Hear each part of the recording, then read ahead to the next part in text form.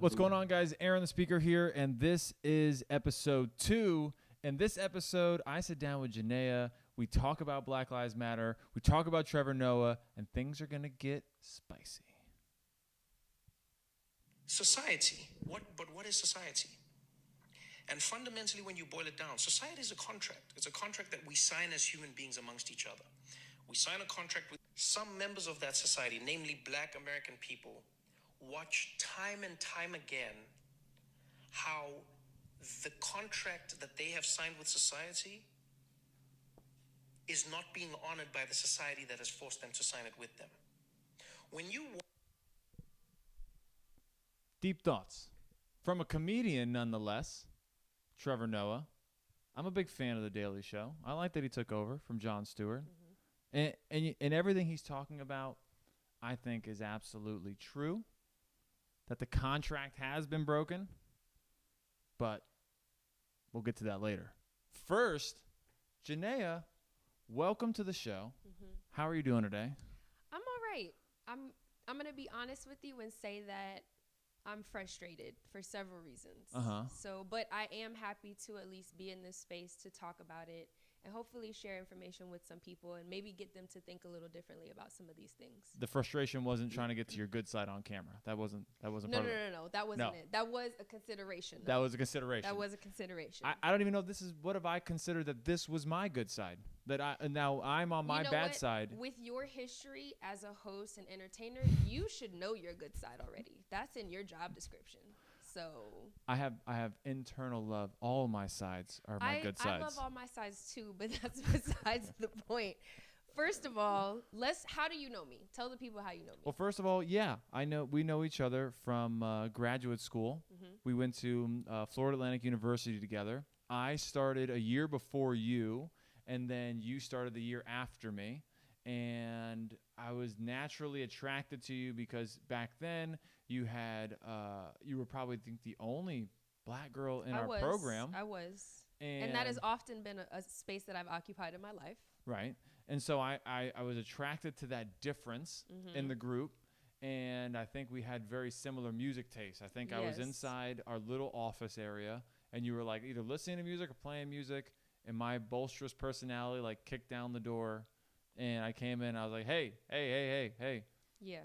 You like to say that you hunt people, and you hunted me. You became my friend just sheer will because You didn't want to become my friend? No, not even that. I was just, that first semester, I was going through a lot of things, and I was just in my bubble, and I didn't really, invite anybody into my bubble. So yeah, I forced my way into your bubble. I was like in your bubble. Yes. But I put on soap before. You know how you could like get your hands soapy and then you could touch a bubble and it won't pop? That's true. That's a good comparison. Yeah. I thought about that top of my head. It was like that. That's pretty good. And so we got to know each other, right? And then I think we both kind of gravitated towards each other in that program because we were both interested in media studies. We were both interested in communication and rhetoric. Yeah. Sorry, you're shaking the camera a lot by the movement on the table. Just that. I should let you know that. Yes, you should. Yes. Yeah. We gotta stop that. Slamming the table. Yeah. Wham! Stuff. Laughing, and I think it just got that momentum. Yeah. Okay. This is why. Okay. This is why we have producers. Very true. This is why we have producers. We're a professional show. Oh, listen, I have some PA hours. She does. There she does. goes. She So got friends in film school. She knows this stuff. We got to be careful with our bellies. Yes. Well, all my right. belly's not touching the table, so mine. I was all over that table. With yours. Yeah. Okay. Okay. Okay. This is all going in the episode. Yeah. I mean, that's fine. No editing. It's real. This is how it really is. But we gravitated towards each other. Yes. We both studied media and communication from that sense, now from different perspectives. And interesting enough, one of my papers was on LeBron James and blackness and how he was kind of accused of making a bad decision for his public image when he did the decision back in 2010 and he went to the Miami Heat. And everyone was like, how dare he take control of his, career? How dare he raise money for charity? $19 million for the Boys and Girls Club by controlling where he went. He should have told that white owner where he was going. And I said, something seems fishy about that. I interviewed it. I looked into it, dug into depth. And I think we both kind of, found that similarness, and we both enjoy, a certain kind of music that has a certain kind of energy. We both enjoy similar crowds. I will say this, because during all of the recent events that have been going on with police brutality and these protests, it has made me stop and evaluate the white people specifically in my life and their role and how I feel about them. And you like give him a grade? That's pretty a much, That's a pun. Pretty much, yeah. I mean, I do that on a regular day, but this kind of made me just question even further. And there are very few people, at least that I have met, white people that I have met, that are willing to, one, learn about the history of this system and its oppression, and two, actually want to interact with you. And I saw both of those things in you, very early on. It was like, oh, he actually understands what I'm saying when I describe what Why this do you think feels that is? like. I think, and this is what you've told me about your past growing up, it's your proximity to Black people and Blackness that gives you a better understanding. You think that's all? of it. You think that's what it is? I think that's part of it. I don't think that's all of it, because part of all of us has to want to question why this, right? Or what is our history? Why are we set up this way? And wanting to question, you want to question a lot of things. Yeah. Like, you like to debate and talk about a lot of shit. I do. So I think that is one of the things that made me like, okay, I can actually talk to this person. Yo, watch the table. Producer. She's not even, Oh, the shoot. producer's not even paying attention shoot. anymore. All over that table.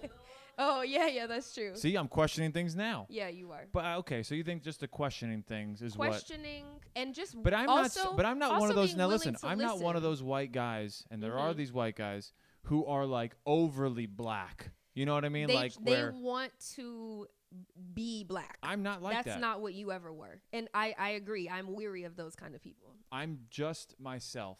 And the way I am with Black is the same way I am with handicap, with, people of different ethnicities, Indian, Asian, Black women, trans. Yeah. When you see me interact with people, I seem to treat everyone on the same basis. Yeah. I hate you.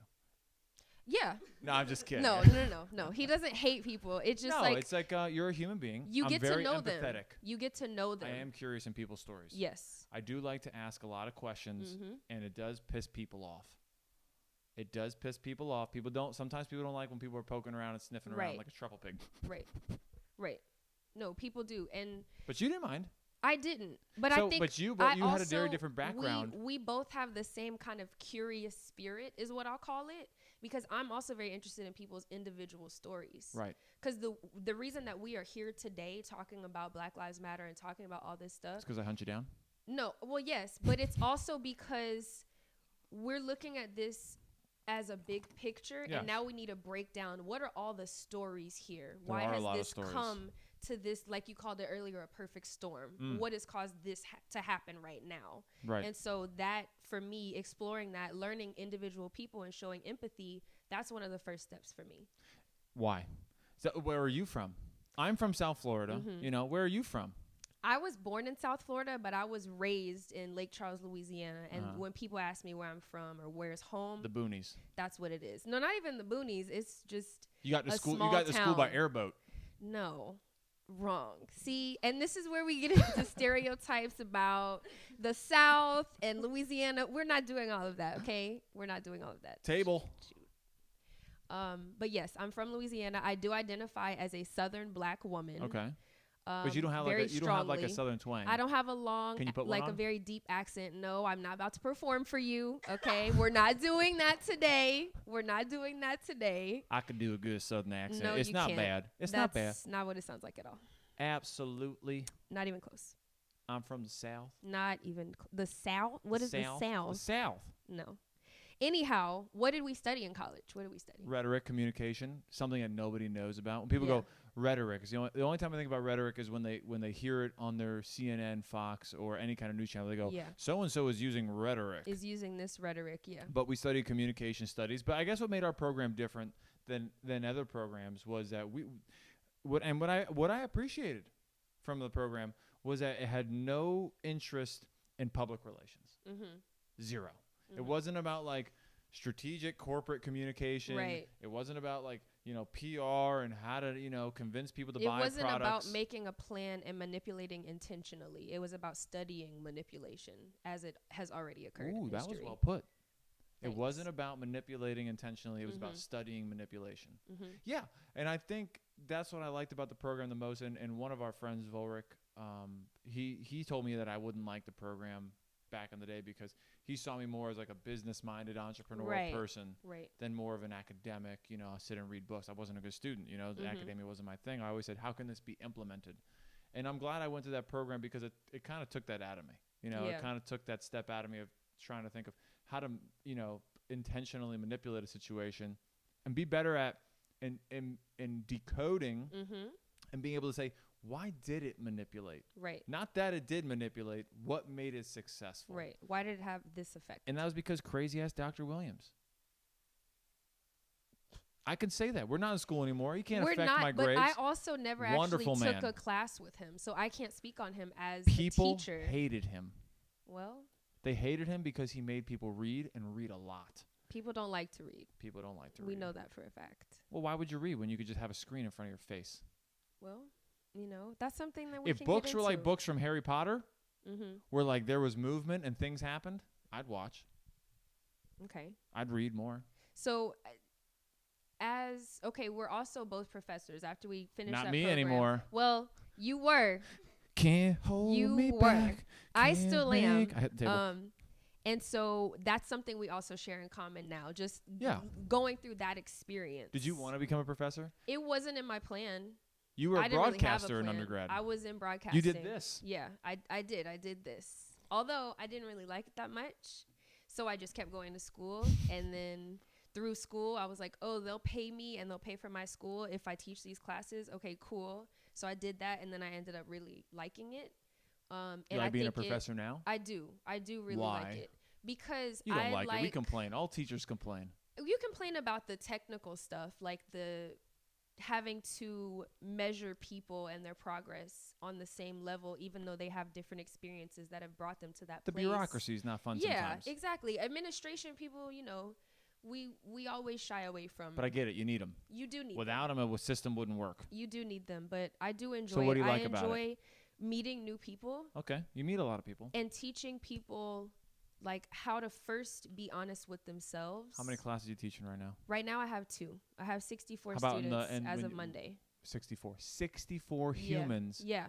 are looking at you during this time. Correct. And that's a responsibility that I'm taking very seriously. That's the one thing I miss, you know. Like before when I wasn't a professor, you know, and I stopped, I was happy. You know, I was kind of happy because I was exhausted. You know, I may have taken on too many classes and I had too many things going on. Like I was teaching 7 classes a semester and I was also, you know, the arena host of the Florida Panthers. I was also hosting games. I also had stand-up I had like a whole nother life. I was living 2 very different lives. Yeah. And I was like having to profess during the day, take a few hours to like settle myself, maybe grade some papers, read some papers, do that bureaucracy stuff. And then it was off to putting on a different identity and becoming entertainer Aaron, time to make people laugh. Right. But now, during this time, I miss it. And I wish I was in a classroom. Yeah. Because there's nothing more fulfilling than feeling like knowing these aren't even listening to you in the beginning. Yeah. And then at the end of class, at the end of the semester, you know, even if they act like they still don't care because they're 19, they're 20, you know, they're at a, you know, a smaller college, you know, you can see the change. Yes. That's my favorite part, is also witnessing people's growth. And I hope that during this time, I get to, one, see where people are, like where a lot of people have exceeded my expectations and they're dealing with this. Right. But I also want to see people grow. I want to see myself grow. I can tell you right now, as much as I'm saying white people need to speak up about this, any non-black person needs to speak up about this, talk to your circles, I'm also checking myself. Like, that's hard. Why haven't you spoken up about it before now? You're doing it right now. So I want to witness my own growth as well, is what I'm saying. Oh, you're growing, baby. Well, you know, we're putting some water. That's what we can do. We're putting some water. We're growing it right now. That's what we can do. I feel like we've been talking about ourselves for way too long, though. How long has this been going? 16 minutes. Yeah, perfect. That's good. No, that's too long. There's going to be like we got a lot to talk about. But there's going to be like 4 20-minute segments. So if you're listening, every 20 minutes, you'll probably get a new topic. All right. We went down. We know what we're doing. We're professionals. We're 16 minutes. We gotta let the people know who we are, why we're doing this. That you're a professor, that you're changing lives, and that I am jobless. I was about to say unemployed. But to be fair, that's a lot of people's position right now. Like, and I also recognizing privilege in all these situations. Yes. That's part of it too. Yes. Like, I'm very lucky right now to still have a job, to be able to work from home and feel safe and all these things. You're telling me I would listen, if I could be a professor, the number one thing that I enjoyed about being a professor that I miss, online teaching. You know why? Well, see, that's where me and you are that's where we're different. You know why? Because I did half in person, doing my civic duty in person, right? And then half online. But I know what everyone's thinking. I know what I'm thinking. That it was just an easy paycheck. Because students online don't really have to be held as accountable. They don't have to engage at the same level. Because they never have to see my disappointment in my face unless I send them video messages. And I did.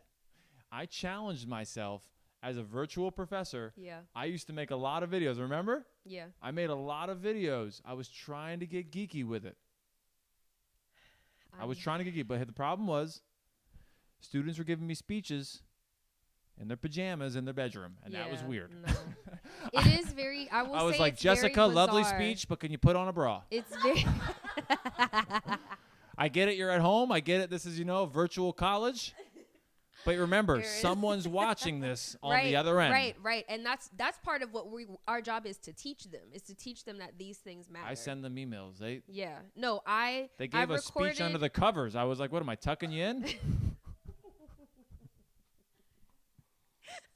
I've been recording lecture videos, and it's very bizarre.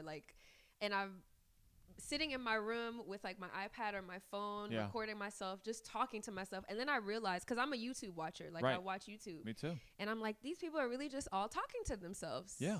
With the assumption that there's an audience willing to listen. For me, I know there's an audience that's supposed to listen. Are they going to? I don't know. We know they're not. So, because you know what? Again, it goes back. It's a lot of it is timing, right? And this is what I learned as a professor, and I think this thing can move on over to what's happening right now with the protests and the Black Lives Matter movement and the injustice with George Floyd, say his name. Yeah. Right? When we teach, when we're taught, sometimes the lesson is not microwaved like a burrito. Sometimes the oven takes a couple minutes to preheat. Sometimes you're baking something. If it's a potato, it may take 45 minutes to cook.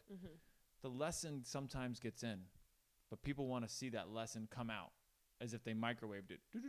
Give it to me now. That's because I've had students come back to me. And I'm sure you have too, semesters later saying, what you taught me, what we talked about, I get it. Yes.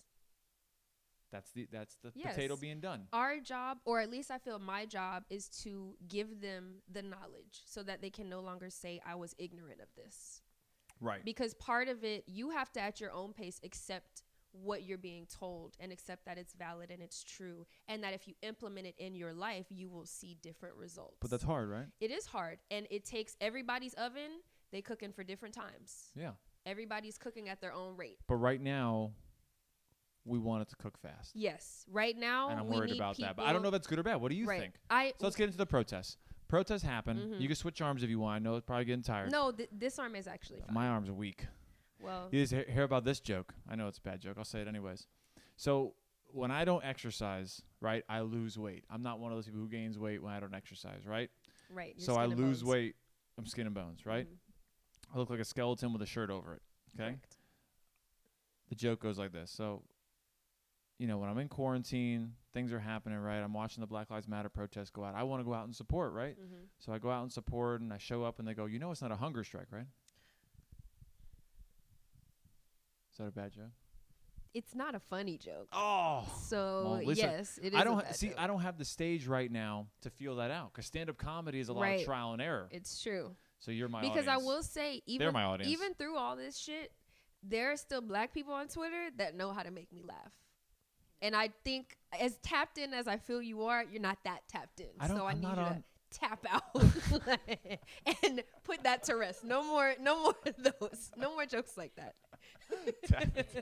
Yes. I'm not hang good. it up. I'm not. Come back in I don't know how long. Read the room, right? That's the thing right now. There's no Read the room. room. There's room Right now. on the internet. I know, so I'm scared. Not your actual room, but That's true. because there have been a lot of people who have spoken out and spoken bullshit. But that's where I agree.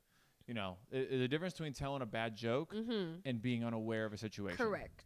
Right? We could even use Drew Brees as an example. Yeah. All he had to say was, Colin Kaepernick, I understand you are protesting by taking a knee to address police brutality in this country, and I'm with everyone who is against police brutality. I'm sorry for my original statement. Yeah. But what did he say?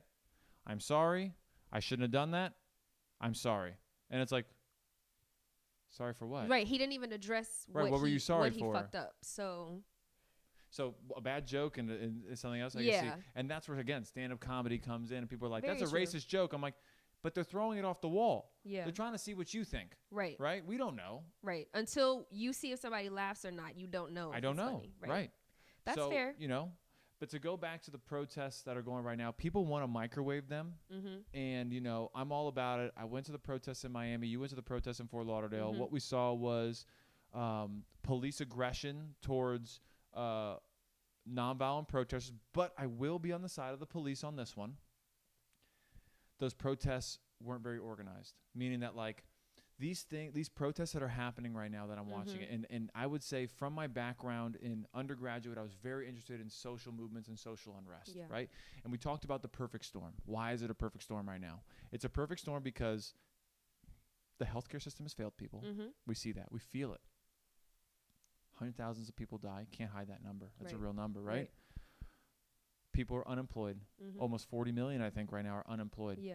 When you talk about when we talk about rhetoric and what the program is, rhetoric or the art of public speaking, or there's a million different definitions for it, the ability to dissect, symbols and signs and be able to interpret them, encode them, decode, all this boring stuff that people may not want to listen to, right? Right now, the perfect storm is happening in a moment we call exigency, right? And the exigency is like, how would you explain exigency, I guess?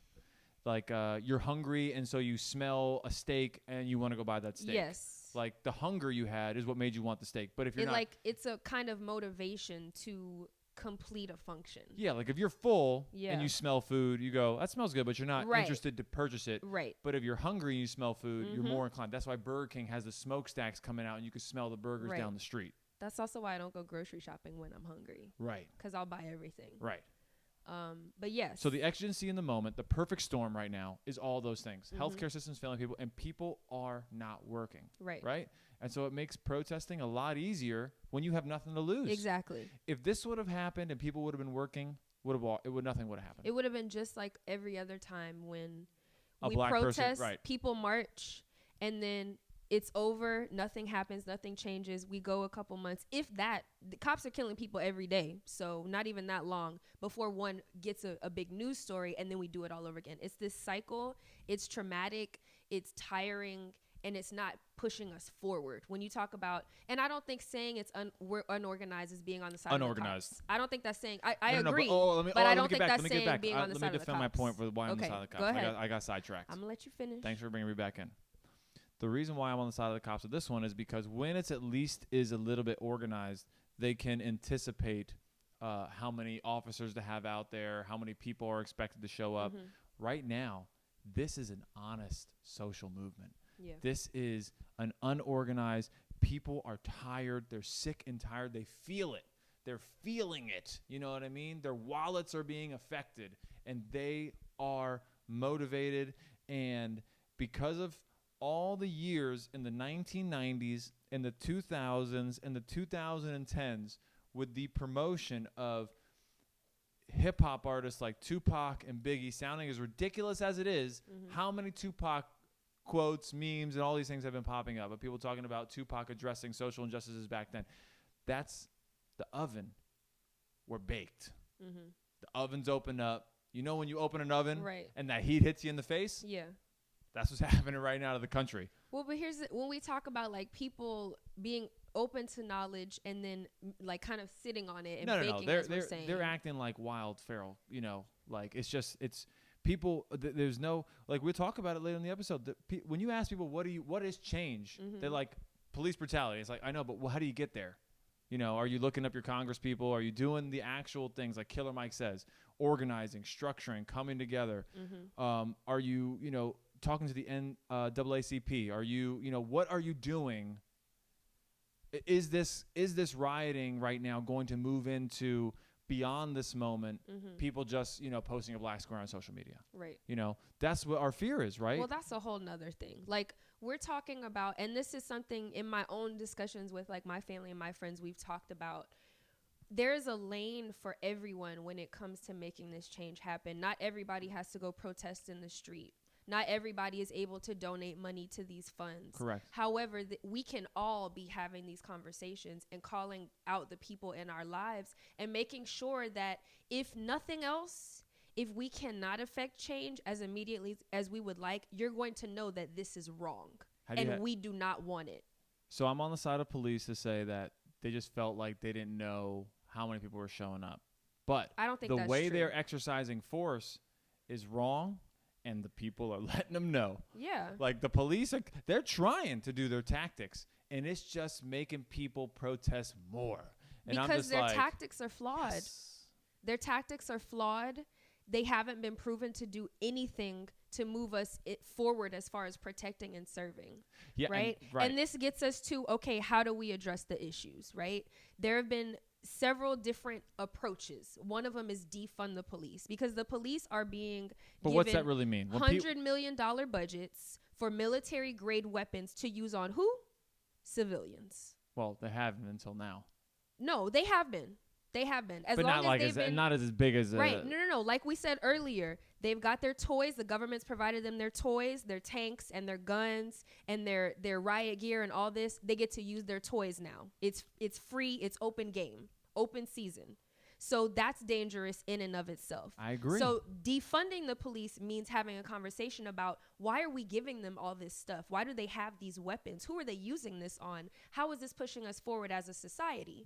Right? But then we also have, well, if we defund the police serve an actual necessary part of society. However, the context of how the police force was built up, for people that don't know, from slave patrols, like that's how it originated, that is always going to be a problem. So we have to dismantle the whole thing and rebuild it, because it does serve a function, right? Safety in societies, who's going to control that? Who's going to enforce, right?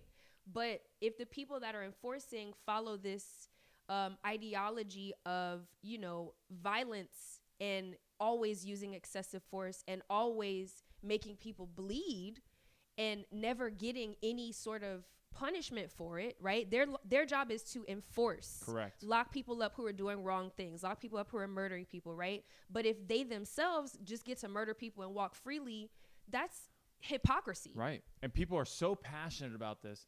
That's why everyone who's protesting knows who their sheriff is. Yeah. Well, no, that's they why don't. Everyone who's marching They don't. is thinking to themselves, okay, I'm going to look in to see who the captain of the police is, and I'm going to vote them out. Because I'll be honest with you, I don't. But I do know when it's time to vote, I do my research. But we rarely look up on a regular day how to vote in your sheriff, who's running for sheriff, who's running for, police captains. Like and this is why I think the money that we could take away from when you police, defund the police, what does that mean? That money needs to go to other resources like housing, like education, like healthcare. I think the money can still go to the police. Okay. No. Listen, then hear me out. No. Hear me out. I know I'll I'm banging hear the you table. out, Producers but gonna get mad at me. I'm banging the table. Cameras moving around. But if you listen to audio, you're safe. Hear me out, okay? I don't think we should defund the police. I think that money has already been allocated to that, right? But hear me is out. it Wait. justified? I'm almost done. But is it justified? I'm almost done. Our police would be on the side of mimicking our federal system, which is a militarized system, an industrial military complex. So our police are just kind of mimicking what our military does. Which is dangerous. Hold up, it stopped recording. It went into standby. Okay. Yeah. Sorry. Thank you. Producer's doing a good job. She's on her job today. And we're not even paying her. But it follows a federal system, right? And it's a mirror. It looks the same, okay? If you took the money from the police that are doing to build all these weapons and you went it towards, teaching them classes in conflict resolution, and you gave it to them in, therapy for them, if you gave it to them in, different programs that were benefited towards dealing with the atrocities that police have to deal with that we are circumvented from. We are removed from having to go and see a woman who is being beaten by her husband on a weekly basis. And as a police officer, as a woman, you're going there and you're begging this woman to stand up and make a case against the husband so you could separate them. But she just goes, I fell. The police are seeing horrible things that we don't have to deal with. The same way a psychologist does. But also, here's the thing. So you shouldn't defund them. We should allocate their resources to more holistic. What about those resources for the everyday citizen? What about those resources for the kids who were watching their friends get murdered on the street? Guess what? Bernie ran. Right? Bernie ran, and they could have voted. Cops deal with PTSD, right? Bernie ran. Why are our vets homeless on the street then, if we care about that so much? Because people aren't voting. The people who they want. So teach them. I did. Take the money for the fucking armored cars and the, what did you call it? The vehicle? The amphibious vehicles that could drive in the water. Vehicles. You know what they claim? Who's using that? What are they using that for? They say during a hurricane they need it to get around. Anyhow, I believe that could be true. Take the money away for that excessive bullshit and put it where people will actually use it. Educate people. I took one civics class my whole school career up until high school. At college, I learned more. Right. That's not enough. That's not enough. To talk about voting sheriffs and shaping our communities the way we want to. But we you do have it right to now. teach people how to do that. But we're doing it right now. Yes. Right. We are. That's part of the movement. But isn't your fear as a professor, and in college, you studied particularly black advertising and how it affected blacks, right? So we talk about our background in media studies, and media studies is such a difficult thing to teach to people, right? Because it's so prevalent everywhere that people go, they have that third party effect, which is, I know advertising affects everyone, but it doesn't affect me. Right. I know what I'm seeing. Right. It doesn't work on me. I don't go to the store and have to buy a Coke. I'm not persuaded to buy Coke. I just want one. Right. Exactly. I like the way it tastes. Right. Isn't it part of your fear that all this right now, the social media thing, everything that's happening, right? People are juiced up, which I think is great. You think is great. Isn't the fear that this moment just kind of... Yes, absolutely. That it just fizzles out? Of course. Right. Of course. However, I feel like because that perfect storm you were describing of us not really having anything better to do, right?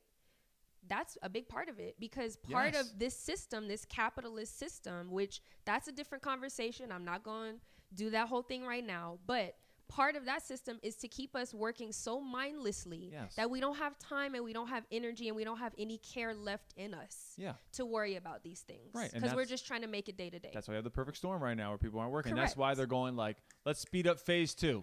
Right. Coronavirus? Huh? What's that? Yeah. Yeah. Let's get people working again. Everything back up. Open things back up. Get them working. Put people back to work. Right. That's part of the problem. Going back to work is a good thing, and that's where the confliction happens, right? But I wanna go back to you talking about funding different parts of, or allocating those funds to different things like therapy and all those things. Yeah. Where is all of that for the citizens also have to deal with that? It's there. Bernie ran. No one voted. All Bernie said, when Bernie's sleeping, right, and he's sleep talking, healthcare for all. His wife goes, you're sleep talking, healthcare for all. We had that option. We had someone who literally should have got tattooed on his chest to go viral.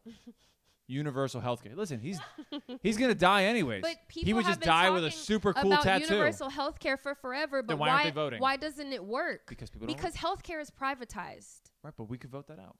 We could. But we don't. We did. The Affordable Care Act, like that passed. That's that true. was in. It was in place, and they said, "Fuck it." That's true. Healthcare is privatized. But doctors don't care about people anymore. But we know and I'm generalizing, right? Yeah, the same way we're generalizing about cops and whatever. In the same way I'm generalizing Bernie sleep. Actually, he probably sleep talks. He probably sleep talks. That's part of the issue. Part of the issue is educating people. Part of it is also voting. Yeah. How long did it take for black people to get the right to vote? Like how much longer years? did they continue to claim voter fraud and to this day participate in voter suppression. Well, when I think about voting is not the only thing. That's important, yes. and when I think about we have to be real about the way systemic racism affects voting as well. And when I think about the Civil Rights Act in 1964, right? What made that the perfect storm was you had a president who was assassinated, a vice president took over, and you had Martin that was really hurting the system economically, with the boycotts and, the protesting. But that took time. It took time, but the perfect storm was the assassination of John F. Kennedy really spurred the conversation into talking about, getting that Civil Rights Act passed. And unfortunately, 4 years afterwards, he's assassinated. Why? He starts organizing a labor movement. Mm-hmm. Whites and blacks come together, right? And that's one thing that I think about this protest. And to go back to why people don't vote, we know as teachers it is difficult to separate young students from their technology and get them to look at archaic literature. Yeah. Archaic. Right. It's like trying to get them to look at a book, an actual paper book. A paper book. Not even that. A newspaper files. There are so many. Did you ever go in the library and actually go through the old? I never had my Dick Tracy moment. He didn't do real research anyhow. Sorry, I'm just kidding. That was like a bullet. He talks a lot of shit, but he didn't. No, I'm just kidding. I never went into the library and looked at because I never. I did. Well, it's because you were looking at historical black true. advertisements. I also cared more because I was looking at, and this is a conversation not for me and you to have, but black people and our relationship with each other. That was what I was looking at. So that was a different thing, but it's to hard get younger people to engage with that kind of content. But I think it's so false because, when I think about the technology we have, you can actually get an ebook, right? You can download it. You can get a PDF of that book, and you can highlight it and have it read back to you. Yeah. The ability to learn is so much easier, but the ability for entertainment is so much more prevalent. There are people who will just record themselves reading books and put it on YouTube as audiobooks. I thought about that, but that's copyright, isn't it? It's up there. That's true. It's up there. It has views. That should be a program. It has views. But when it comes down to it and you think about the voting and why people aren't doing it and all these things and how we could change things, we can. But the problem is it's very difficult to get past the barrage of millions of dollars of manipulation that go into our media systems to get people to buy certain products. And I don't think there's some arch evil nemesis table of people sitting around. I just think that what happens is people have successful businesses. Those businesses grow. People see those businesses being successful. They want to work for those successful businesses. Those successful businesses have an ecosystem of media. Those media flood the market. That market then funds the business. A good business will grow, And so we are a capitalistic society where Amazon has grown so big. Yeah. Because it's a great business. Yeah. I love Amazon. Lots of people do. I don't like what they do to their workers. Right. But you still order stuff. Everything we're using right now is from Amazon. There you go. And that's where we have to have our own check-in with ourselves. How much am I willing to let go of and change my life? Like you mentioned earlier, people don't want to give up their privileges, no, they don't. Right? Do because you know what? If it means that the next person has a better chance at a more fulfilling life, yeah. That's because you don't have a business mind, right? No, I don't. And I also don't care about money. I want money as much as I need it to survive. But you don't care about money because we have money. Right. We have money, yes. I have had the privilege of never having to worry about money. Right. I've never had to guess where is my next meal coming from. Right. That's a privilege on its own. Right. And that's the kind of stuff that, like I said, I'm trying to see my own growth. That's the kind of stuff I need to recognize and acknowledge. And many people have to do the same. And then they need to realize, okay, what can I let go of? What is not necessary to me that I can let go of to make it better for the next person? And we have a lack of people thinking that way. I agree. That's a lot to digest. It is. If you're listening, if you're watching, take a deep breath. Yeah, take a deep breath. In through your nose, out through your mouth. We have a lot of problems. We know there's a lot of problems. What's next on the sheet? Well, we talked about addressing the issues, so defunding, and then you're saying kind of what I put down here, reform and training, right? You said allocate the funds to all these different things. Where there's something in place right now, a project by Campaign Zero called 8 Can't Wait. Uh-huh. Their website says data proves that together these 8 policies can decrease police violence by 72%. So now we're talking about police reform, which has been a past conversation. Right. Okay. Ban chokeholds and strangleholds. Many of them are already banned. Guess what? Eric Garner was still choked. Yep. George Floyd was still choked. Yep. Albeit by a knee. Yep. But it was still something that was already illegal. Require de-escalation. Require warning before shooting. That one can get tricky because how do we do that? If it's a true criminal that is putting lots of lives in danger, how do we do that? Requires exhaust all alternatives before shooting. That falls under the same one as warning. Duty to intervene. This one potentially could do something, but how do you monitor people intervening? Right. Requiring officers to intervene and stop excessive force used by other officers that they're with. Reporting them to a supervisor. How likely is that to happen? Who's going to monitor that? How? Ban shooting at moving vehicles. That falls under the same ones of require warning and require exhaust all alternatives. Require use of force continuum, which limits the types of force and or weapons that can be used to respond to specific types of resistance. That has some potential. And require comprehensive reporting. And what website is that? This is 8can'twait.org. 8, the number, can'twait.org. Is that the Campaign Zero? Or yes, that's different? the Campaign Zero project. And you know, as a media person, I gotta say, who created that? Right. Who started and that? And you did look that up. You did. You know, who's behind that and who we find? It was Brianna or something? Who was it? I don't know. When we're talking about research. Okay, Brittany Packett Cunningham. Co-host of American political podcast Pod Save the People. So if you're a podcast person, I've heard of that one. Pod Save the People. Pod Save the People. She was a member of President Barack Obama's 21st Century Policing Task Force. She was an executive director for Teach for America in St. Louis. Barack Obama had a policing task force. Yes. And Ferguson still happened under his watch. It did. And so that's why I'm saying I read all those things off to say, is this really going to make a difference? Again, if they keep their military grade weapons, are we looking for a microwave fix? And they continue to skirt around the rules by not reporting things and not reporting their officers being brutal towards people. But it's also us not looking. We can put the policy up there, but who's going to enforce the enforcers? Us. How? By fucking marching like we're doing right now. Okay, what else? We got to keep marching into, November. We march, we show, right? Because this was in the civil rights movement of the 60s, showing just being there and being nonviolent and showing how violent white people can be against black people. That's true. Right? Watch the table. Producer, get on her. Well, I'm not hitting it, am I? No. Is it moving? Producer? Okay.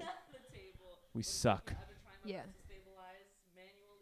I mean, the important thing is the sound, like the audio, so it's fine. Right. It's fine. So when it comes to, talking about who enforces the enforcers, my dad said to me, he said a very interesting thing. My dad's a very interesting man.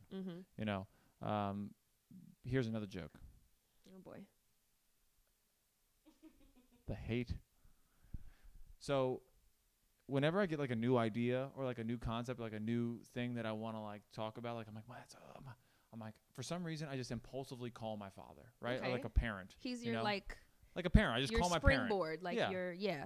And then like the phone rings and he picks up and I hear his voice and I go, why did I do this?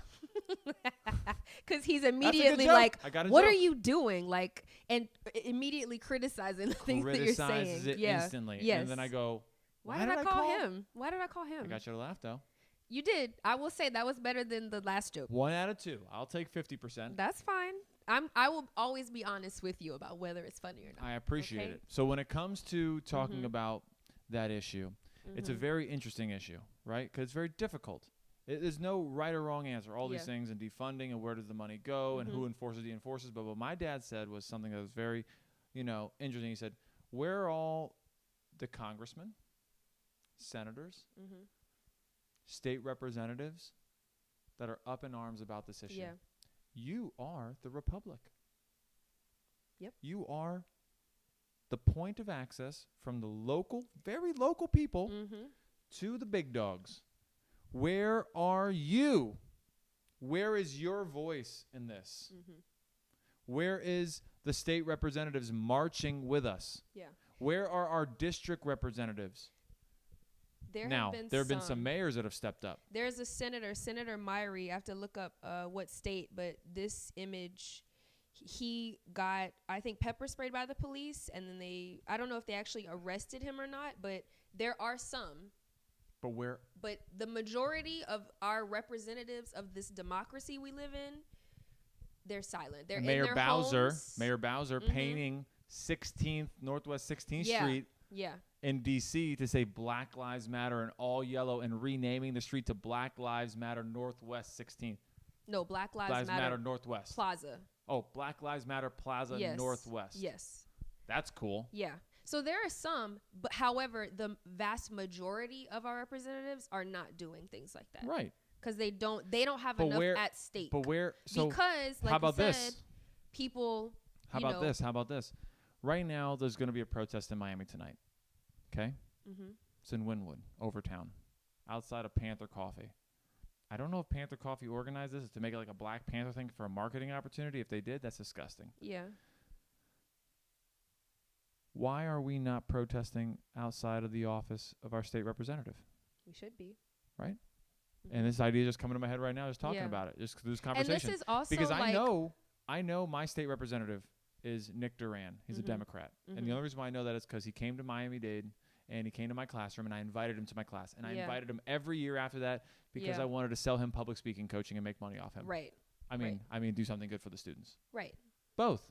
Mm-hmm. Mutually beneficial. We never got to the coaching part of it, but I had sat down with him talking about community events and things like that. Yeah. I called him, told him about my idea that I came up with Florida vote by mail. Yes, vote by mail. Florida vote by mail. Mm-hmm. I own that. Okay, good job. And I own all the social media. Florida vote by mail. Yeah, you're quick with the social media. I buy domains. Aaron will snatch up a domain and an Instagram handle like this. Like a truffle pig. Oh, yeah, but that's part of it. So I call him, right? Mm-hmm.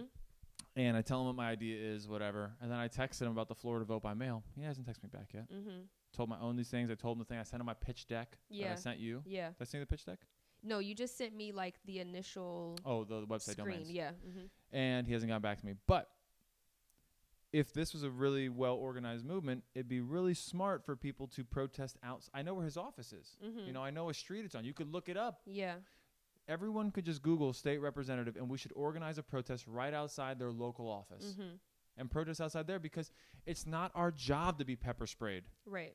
It's their job to represent us in the state Senate, in the Florida Senate. Correct. They are the state Senate representatives. They are the congressmen of our states. It is their job. They're literally working to go to those places to argue what we want. So instead of protesting aimlessly in the streets, we should be protesting outside of their offices. Okay. That's not a bad idea. So are you going to organize that protest? If I did that, people would say, look at this white man trying to appropriate and take things from the black man. Well, and this is when I wanted to mention earlier, part of our job right now is also to connect, to build our networks. After you see where people stand with this, we have to connect with each other and organize to get things like this done. When I was at the Miami protest on the first day on Saturday, I saw no organization. The group split up. They went in different directions. I saw the fact that when they were chanting the same things. There was no consolidation. There was no, it was just the same chant, and people would stop. There was no central moment. Correct. Or message. And you know what I said? Yeah. I tried to start the chant saying, we're going to vote. We're going to vote. And someone said, shut the fuck up, white guy, you fucking asshole. Yeah. He's cursing at me. I just hear the vote. And I was on my bicycle with Laura, and I was like, ride faster. Yeah. The mob is going to get us. Yeah. They don't care if we're good or bad. Yeah. They'll just swallow us like. Yeah. Because emotions are heightened right now. Everybody's on edge. Yeah. Tense. So that doesn't surprise me. But it also is just like I said earlier, for the black person that is voting and has been voting, I don't want to hear that bullshit right now. Right. Because my vote isn't doing anything. You had your chance with Hillary. And also... But maybe Donald Trump was good, by the way, because then this never would have happened. You guys aren't counting all of our votes because you're suppressing people and their right to vote. So that's why they're saying shut the fuck up.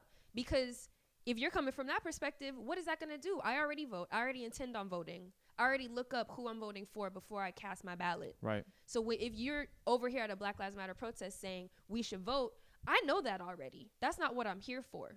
Right.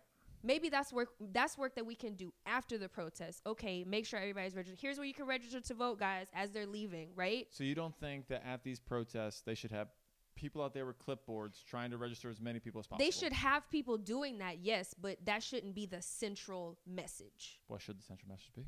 The central message has to be, for what I'm saying, connect to your networks, and we need to organize. Like, there needs to be a go-to person for these things. I saw this interesting chart, I think it was on Twitter, about like the network of a protest.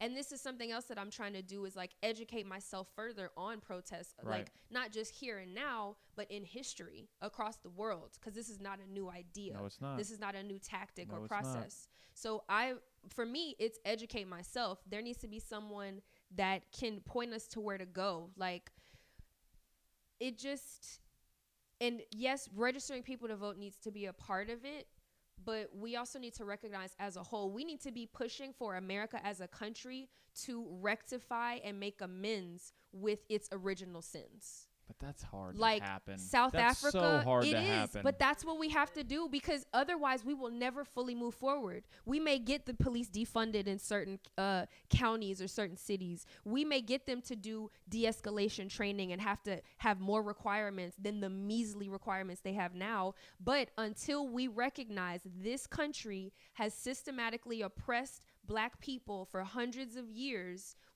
that is not going to stick. Right. It's like we the can first. reform It's like them. We can defund them. It's not going to it's stick. like the first day of AA.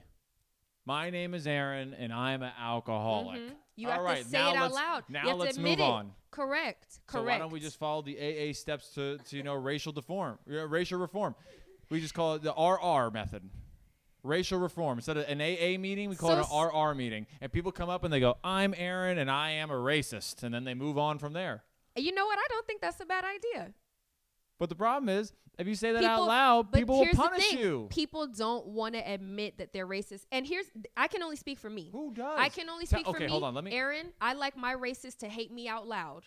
I know, but who? I want to know that you don't like me so I can stay away but from who you. walks around I and don't goes, want you to pretend in my face and then behind my back call me that little nigger girl, and my bad. It's the producer's getting you screaming. My bad. Or at least take the microphone. No, like but you're singing, because like, this is very frustrating. This is very frustrating to me, because for me, and I think part of it is growing up in the South, because you see shit like they're a little more in your face with it. Like on my college campus, we would come out to flyers recruiting people for the KKK, like outright. But that's good then, right? You like that. I want to know. Yes, I do want to know. So I think if you're, but doesn't that embolden them?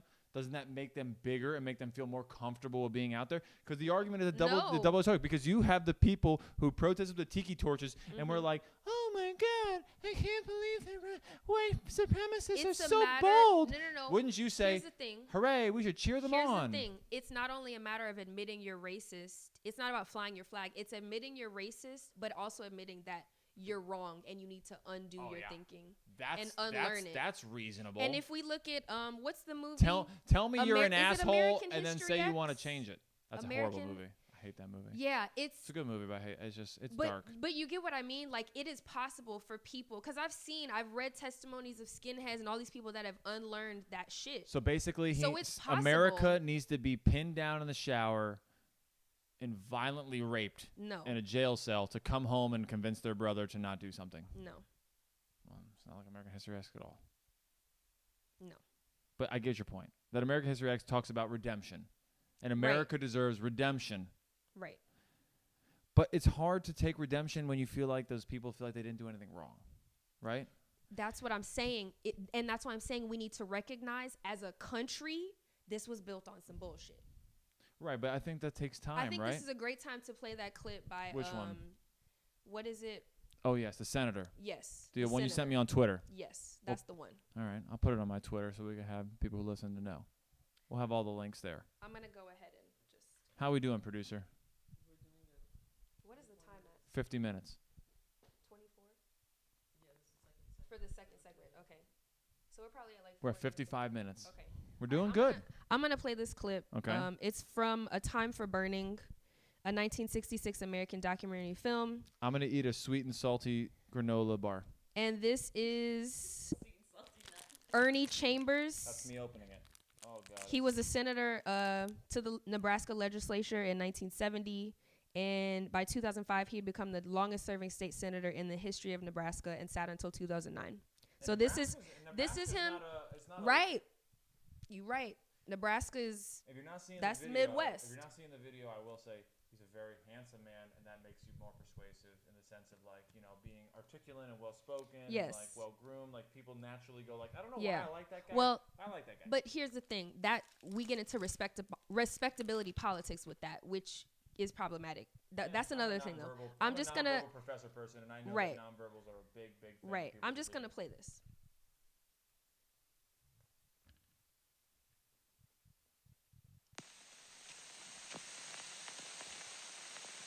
Oh wait a minute. This is actually the whole documentary. Hold on. I don't want the whole thing. To talk to your brother. The problem exists because white people think they're better than black people, and they want to oppress us, and they want us to allow ourselves to be oppressed. This is the big. I agree with you perfectly. This is the basic problem. Then what do you that white people think they're better than others? I can't solve the problem. You guys pull the strings that close schools. You guys draw the boundaries that keep our kids restricted to the ghetto. You guys write up the restrictive covenants that keep us out of houses.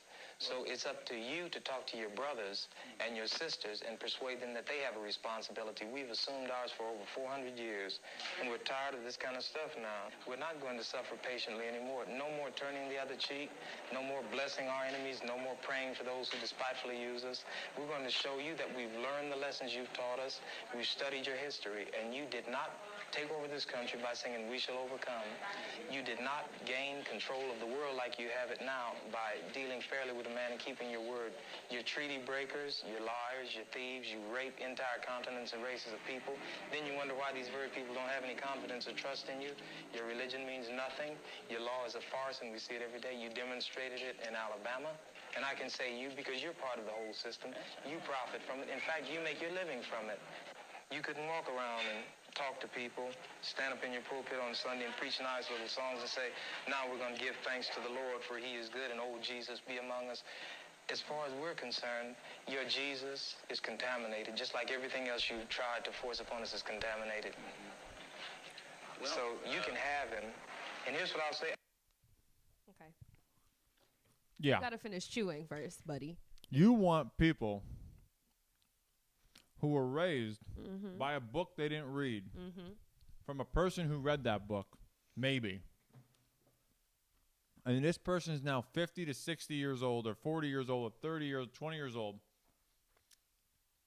And you want to play them that clip that lets them know that their whole life is complete bullshit. Yes. And you want to shatter their entire reality. I don't want to shatter their reality, but I want them to recognize the overall reality. I want them to recognize my reality. And this goes back to communication studies, right? And we know that one's perspective can limit one's ability to see a certain thing. Like when we have the Johari window. Things that you know about yourself that other people know about you. Things that you know about yourself that others don't know about you. Things that others know about you that you don't know about yourself. And then a window that no one knows anything. So when it comes to that, yes, people may go, okay, racism does exist, but it's because, and they blame something, right? It's not me, right? It's them. They think it's one singular thing when it's not. I think that to get over racism, it's just going to be an oven, and it's going to take repeated time. It just takes time. Yeah, but like, time, it's time without action, time without education right now is we have wasted. Action. But right now we have action. Right now. And then following this, we need education. And that's what this is. But when you because everything that he said, but you expect white people everything that now. He said, you expect you white. can go in history and you can find what he's referencing. Of course. Because the amount of injustices committed against black people in this country are astronomical. But there's too many of them to turn to. We have too many examples for white people to go around acting like racism is not a real thing. They know it's a real thing. Do they? Some of them outwardly deny it. What? It's just the same people who deny the Holocaust. Right? There's no different. People say that didn't happen, right? I'm not going to be able to convince a Holocaust denier that the Holocaust is real. Even if I had a time machine and I brought them back, they would say, you planted a chip in my brain. This isn't real. You're not going to fool me, scientist. I know this is a simulation. I know that, Aaron. So I'm then talking about it's the youth.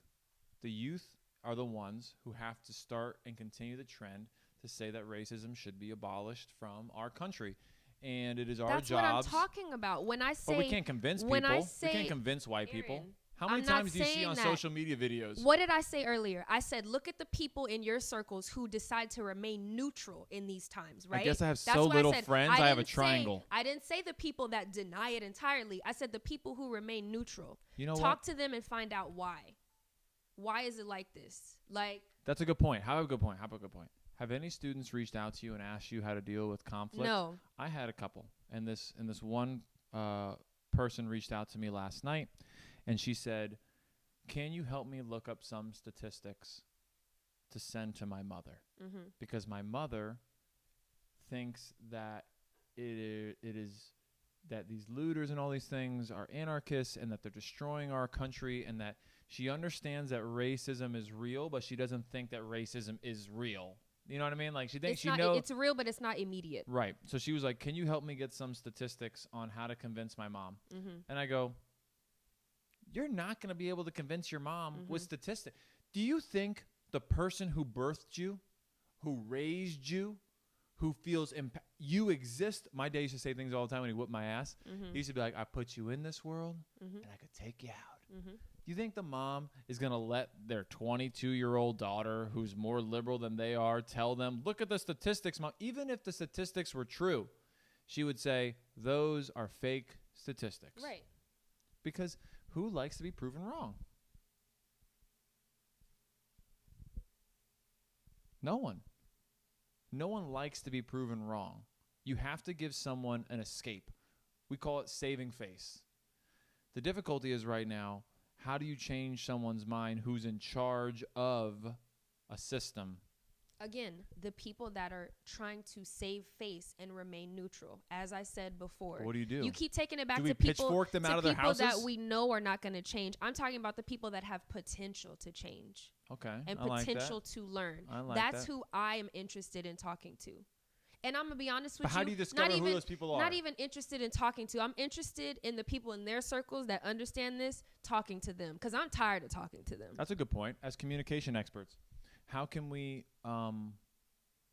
give people the tools to know how to debate, right? Mm-hmm. So I see a lot of people, they're debating and they're doing it on the internet. I don't think debating on the internet's very good. It's not. It doesn't give you a lot of context. No. It doesn't give you a lot of emotion. It just gives you text, and text can be interpreted wrong, right? Mm-hmm. But so many people are going to be having difficulties with talking to people about this. You know, what tools Yeah. can be given from two communication experts? We already, empathetic listening, one. What's that?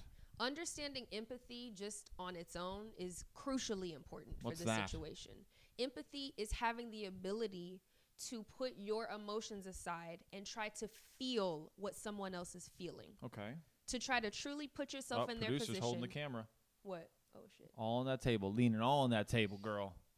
No empathy for the camera woman. No empathy for the producer. Well, I didn't think Where's I your was empathy? moving because it's just Exactly, resting, but right? it's still there. You didn't think you were moving. So how do we help people have empathy who doesn't understand that they need to have empathy and what empathy is? So empathy, you're saying, what's an exercise someone can do for empathy? Okay, the veil of ignorance. What's that? Do you know what the veil of ignorance is? I'm ignorant to that. Okay, if we mold our society. Remove the veil for me. If we mold our society assuming that when we're born, we don't know what we're going to look like, race, gender, religion, class, disability, all that. We don't know who we're going to be. What kind of society do we create? Right. That's what I want. Okay, but how do you, what's That's empathy. What's That's actually kind of the reverse of empathy. what's a simple exercise that we could give? I don't know. You did one. I don't want to say it, but you did one with your brother, your girlfriend, that I thought was quite interesting. Oh, which one? The Kneeling on each other's necks. Did you see that? I saw that was well, it wasn't a thing that we did. The girl that I was dating, she is not from this country. She's European, right? So she has a different perspective on these things, right? Because of your European upbringing. She's not American. She's only lived in America for a few years. So she wanted to say to me, she said, you know, we were talking about empathy and all these things, and she was like, I want to know what it felt like to do that. Yeah. And I was like, well, lay on the ground. I'll kneel on your neck. Yeah. And she was like, okay, I want to feel what and I did it to her, and she was like, oh my fucking God. She was like, she's like, I would not be able to bear that for more. And I wasn't even putting all my pressure on her. I was putting 30% pressure on her. Right. So she got all excited. She was like, oh my gosh. She's like, let me do it to you so you can feel what it is. I'm like, I know what it feels like to have a fucking a knee on your on her neck. But she did it to me, and I was like, man, seeing it and actually having someone put weight on my neck, it does change. So that social media thing going around with those white people kneeling on people's necks, you know, they look happy while they're doing it, right? Wait, what? There's like a social media post going around with 4 squares with white people called the George Floyd Challenge, and people are kneeling on people's necks. Now, But they're like smashing beers and like, what? now, when I look at the pictures, it's clear they're not putting that weight on the neck. They're not actually They're kneeling. not putting the weight on the neck. Right. When you see them doing it, they're doing it where the weight is kind of on the neck. Barely. But if you did it the way you saw in the video. Correct. If you did it the way you saw in the video where his one leg is all the way out, meaning his other knee wasn't on the ground bearing any weight. Yeah.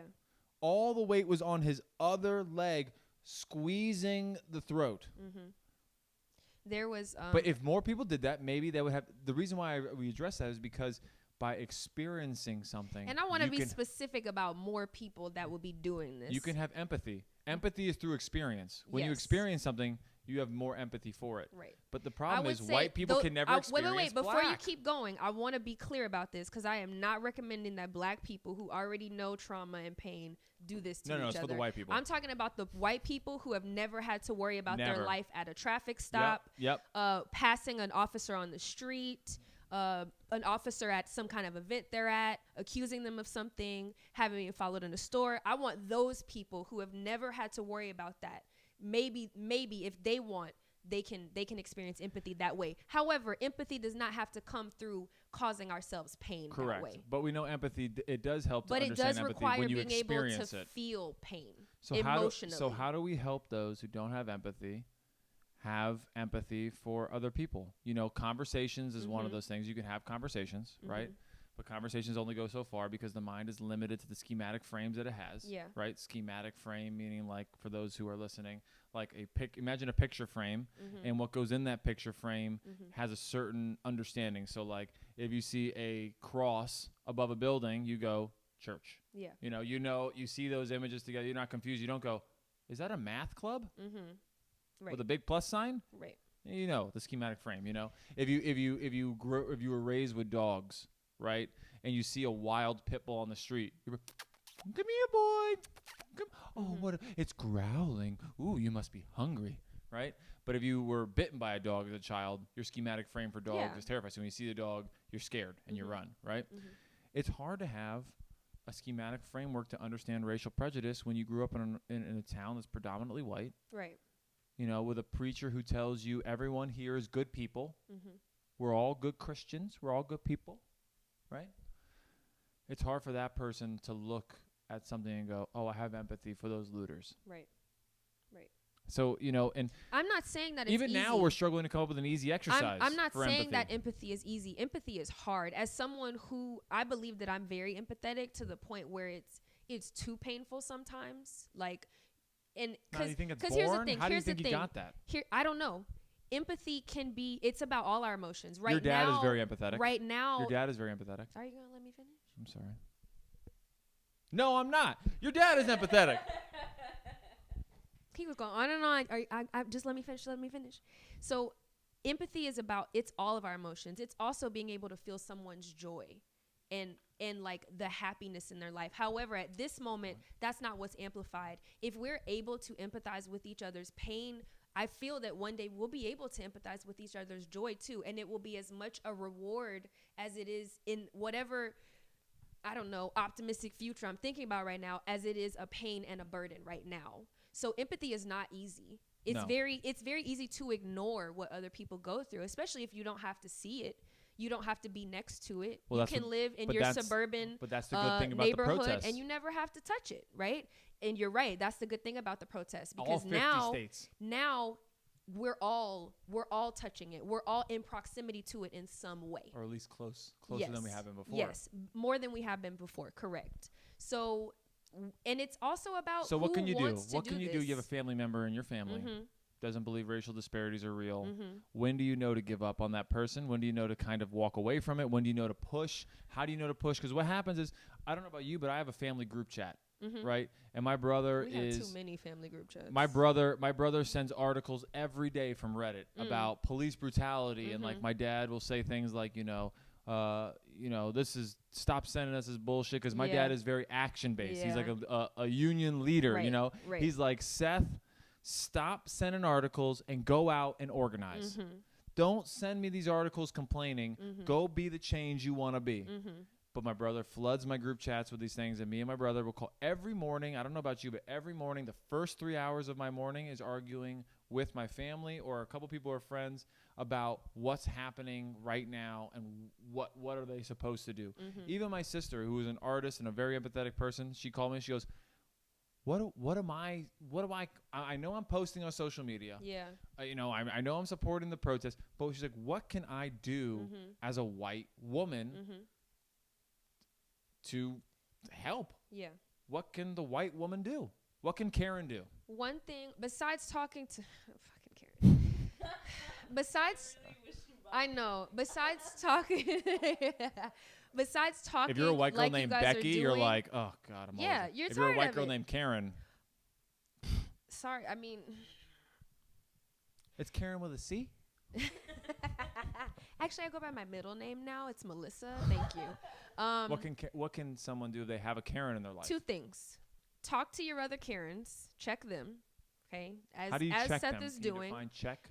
Their actions, like whenever, because you have people who like want to be joke about racism, and I've been around those kind of people, and they'll say a joke and I just look at them because it's not funny and it makes them uncomfortable. Yeah. And they're like, oh, maybe I shouldn't have said that. If it's situations like that, call it out, right? Say, okay, why was that supposed to be funny again? Run it back for me. Things like that. And I mean in regular conversation. I don't mean bombard them with articles, because again, we've already established people aren't about to read. They're not. A vast majority of people are not about to read those things. Right. However, in your regular conversations with them, it comes up. We can't outrun it. So address it as you see it in real time. The other thing, amplify the Black voices around you. The people that are doing this work and have been doing this work. Put the attention that you get as a white person, as an artist, whatever, as a businessman, whatever. Put that attention, put your platform, and give it to Black voices, so that if you're not sure what to say, you can give it to someone that does. Okay. Those are two things that white people can do right now today. Amplify Black voices who are already doing it. Yes. And call out the nonchalantness. Yes. The dismissive racism. Because that's sometimes the most dangerous But type. they hate that. When you call out the dismissive racism, oof. And you should ask them, why does that bother you so much? And that gets me to the point of communication tactic called paraphrasing, right? Yes. Paraphrasing. What a great thing to really piss someone off. No, it's a great way to understand each other. It is. You know? It's for clarification. And by paraphrasing is a very difficult thing. I don't do it all the time, but it's something you can deploy when you're having a difficult argument, which is repeating back what the person said in the way that you heard it, and then at the end of the sentence saying, did I hear you correctly? Yes. And giving them a chance to readjust. Like not going like, this is what you said. Correct. You know you said that. You go, what I heard you say. It's always important, I think, to start the sentence with something to clarify, a clarifying statement. If I heard you correctly, or what I interpreted from that, or, it was interesting when you said this, any of those sentences, and then go into the meat and potatoes. Yes. That Black people are kind of over-exaggerating this moment, and, there's kind of like, the looters are criminals, and that they have, they really don't care about police brutality. Am I correct in what I heard you say? Right. And then let them respond. And then stay silent. They start to spiral. They're like, no. Well, I didn't mean it like that. Okay. Well, what do you mean? Can you say it again for me? In the way that you intended, in the way that you mean. Expect them to go, I'm not going to do that. I'm not going to tell you. And then at that point, let it go. I agree. Don't keep trying to stab it until you feel like it's going to open up. Keep watering it with positivity. Keep watering it with amplifying Black voices, like you said, and then try again another day. What I heard you say last time was blah, blah. Because Am like I correct? I said, it's going to come up in conversations because it's current events right now, but always, no matter how much white people especially try to outrun racism and having to reckon with it, it's always going to come back again until we deal with it on our individual levels, in our individual circles, and also as a country. Right. Make a statement that says we were wrong, this was wrong. Here's what we plan to do moving forward. Right. There have been trickles of that in small places here and there, right? We finally have an African American museum when in truth that history should be a part of our national museums that existed already. Right? So that's part of it. Those are the things that we need to do. Address it individually in our circles, but as a country, our representatives that we've been talking about, they're the ones that need to head that on. Yes. Mm-hmm. And it's our job to put pressure on them. True. If we don't put pressure on them, they won't do it. Mm-hmm. They won't. Yeah. Quick, guys.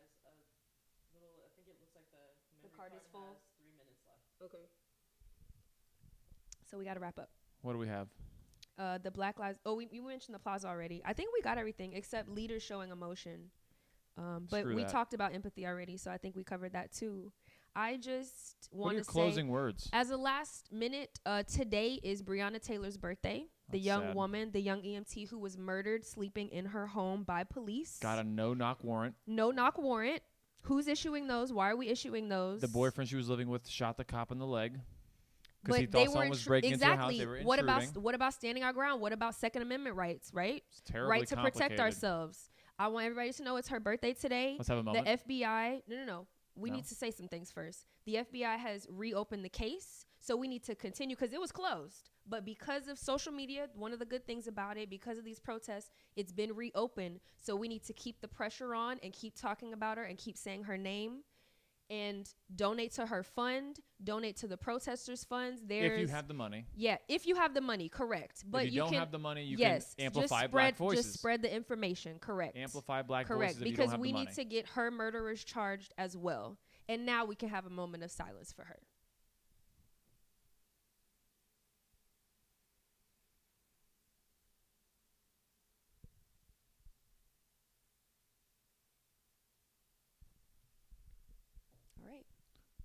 My closing thoughts are go to Florida, vote by mail, and support this initiative I have. I have no interest in making money off this. I just want, last election, 1/3 of the population voted. This election, I want 2/3 of the population to vote by mail. And with the precincts being closed because of COVID, and the people who donate their time to these voting stations are usually over the age of 65 and are in the at-risk category, let them stay home and be safe with their families. Mm-hmm. Vote by mail. You do everything else by mail. You order Amazon by mail. You order Uber Eats by mail. You do everything by mail. Yeah. Just vote by mail. You could sit in your house in your pajamas. Yeah. You could take the ballot out and look up who you're voting for and do your research from the comfort of your home and mail it back. You do everything else on demand. Do voting by mail. I want to leave you with this. Don't remain neutral. You need to be proactively anti-racist by the things we've said. That empathy, amplifying those black voices, paraphrasing the bullshit you hear spewed out of people's mouths. Continue to put pressure on this. Please do not let this fizzle out. Please do not let this fizzle out. I love you. I love you too. Black Lives Matter. Black Lives Matter. All Black Lives Matter. All Black Lives Matter.